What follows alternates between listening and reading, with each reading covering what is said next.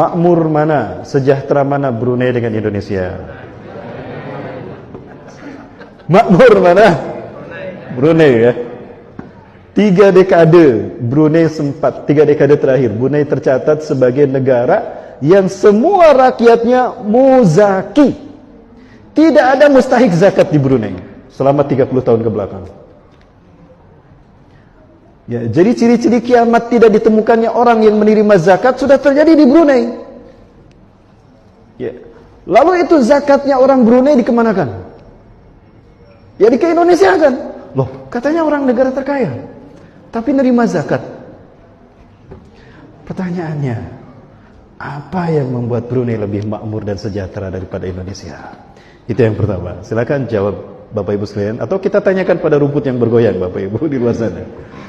Nah, baik, di antara para hamba Allah yang sama-sama hadir kali ini, angkat tangan yang pernah mendengar satu kali saja Brunei diberitakan terkena bencana alam. Apakah gempa bumi, tsunami, kemudian juga longsor ya. Pernah tidak Bapak Ibu? Bapak belum pernah, Pak? Seumur hidup Bapak belum pernah, sekalipun. Lalu Indonesia? Nah, ini evaluasi kita harusnya. Di momen kemerdekaan kita, harusnya kita bermuhasabah. Tanya pada hati kita, bukankah Indonesia mayoritas Islam? Dan bukankah orang Islam ini dicintai Allah? Lalu kenapa banyak musibah terjadi di tanah air kita? Sementara kita belum pernah mendengar Brunei Darussalam terkena bencana alam. Mungkin terjadi, tapi belum pernah kita mendengarnya. Media massa seolah-olah tidak pernah memberitakan.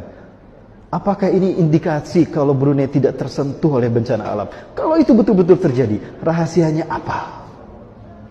Apa rahasianya Bapak Ibu sekalian?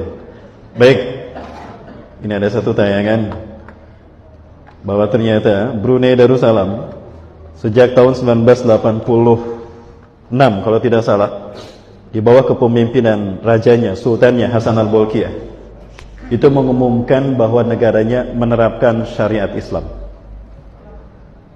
Jadi Brunei menerapkan syariat Islam. Bapak Ibu sekalian, apakah itu rahasianya? Saya yakin iya. Bahkan syariat Islam ini junjung tinggi. 2 hal yang disebutkan Rasulullah SAW terjadi di Brunei. Bapak Ibu sekalian, Rasulullah SAW menyebutkan sinfani min ummati. Ada 2 bagian, ada 2 golongan dari umatku. Idza saluhata saluhatil ummah wa idza fasadata fasadatil ummah. Ada 2 aspek, 2 golongan dari umatku yang apabila kedua-duanya baik, maka baiklah umatku. Apabila kedua-duanya buruk, maka atau salah satunya buruk, maka hancurlah umatku. Al-umara'u wal ulama, pemimpin dan ulama. Nah, jika pemimpinnya ini taat kepada Allah, takut tunduk patuh kepada Allah, beriman kepada Allah dan hari akhir, cinta kepada Allah dan Rasulnya, taat pada Rasulnya, lalu dia cinta kepada rakyatnya, maka rakyat pun akan mencintainya. Nah, Allah turunkan berkah bagi negara itu.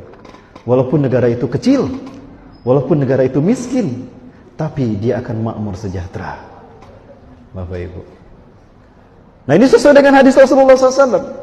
Inna Allah idha yuhibbu qawman atahumullahu amiran adilan yakudu ummatahu ila ridwanillah wa salamatillah fayahyuna ummatuhu ya fil amin ya aminan wa salamatan biridwanillahi azza wa jalla fid dunya wa fil akhirah. Al-hadis.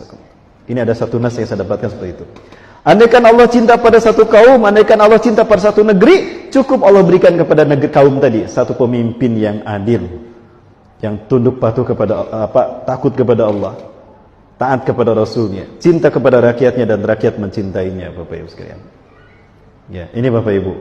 Nah, jika Allah cinta pada satu kaum, sebaliknya, wa inna Allah idza yabdibu qauman, dan sungguh Allah jika benci, murka pada satu kaum, cukup Allah beri pemimpin kepada kaum tadi, pemimpin yang zalim, yang fajir, tidak membimbing rakyatnya atau umatnya, kaumnya ke jalan yang Allah ridhoi. La yakudu ummatu ila ridwanillah wa salamatillah, lakinna ila halakah. Tapi membawa kaumnya kepada kehancuran, sehingga kaumnya membencinya dan dia pun benci kepada kaumnya. Ya, ini dua hal yang akan terjadi dengan aspek kepemimpinan saja. Kalau diukur berdasarkan hadis ini, kira-kira bangsa kita sedang dicintai Allah atau sedang di sebaliknya, Bapak Ibu? Mudah-mudahan sedang dicintai Allah ya. Harus berhusnuzon, Bapak Ibu. Gak boleh berputus asa. Betul? Ya, semangat Bapak Ibu ya. Halo. Baik Bapak Ibu di mata Allah. Nah, ini Brunei Darussalam. Pada tanggal 3 April 2019, Sultan Hasan al-Bolkiah mengumumkan bahwa negaranya resmi memberlakukan undang-undang baru untuk menghukum rajam pelaku seks bebas dan LGBT. Ya. Beliau menegaskan bahwa upaya ini untuk memperkuat pengamalan ajaran Islam di negaranya. Subhanallah Bapak Ibu. Ini keputusan yang membuat selamat negara tadi. Adapun jika satu negara membiarkan pelaku LGBT bebas, hati-hati Bapak Ibu, bencana bukan hanya menimpa mereka, azab bisa menimpa kita. Rasulullah SAW pernah mengatakan, Inna Allah azza wa jalla la yu'adzabul khassah la yu'adzabul ammah bi amalil khassah. Sesungguhnya Allah azza wa jalla tidak akan menghukum satu kaum, satu bangsa hanya dengan kemaksiatan segelintir orang saja. Jadi enggak mungkin satu kaum yang disiksa dengan azab, dengan bencana, kalau yang maksiat hanya segelintir orang saja. Hatta yarawul munkara baina zahranaihim, sampai kaum tadi menyaksikan, sampai mereka menyaksikan ada kemaksiatan di depan mereka. Wahum qadiruna ayyunkiru, dan mereka mampu mencegah kemungkaran itu agar tidak terjadi. Mampu sebetulnya. Padahal yunkiru, tapi mereka diam saja, tidak mencegah kemungkaran itu. Padahal mampu mencegahnya. Maka apa kata Rasulullah SAW? Adzabahullahu al-khassata wal ammah. Maka Allah bukan hanya menyiksa kaum yang berbuat maksiat, tapi yang membiarkan kemaksiatan itu pun terjadi, itu pun akan diazab juga. Maka ini yang harus kita muhasabah sekali Bapak Ibu sekalian.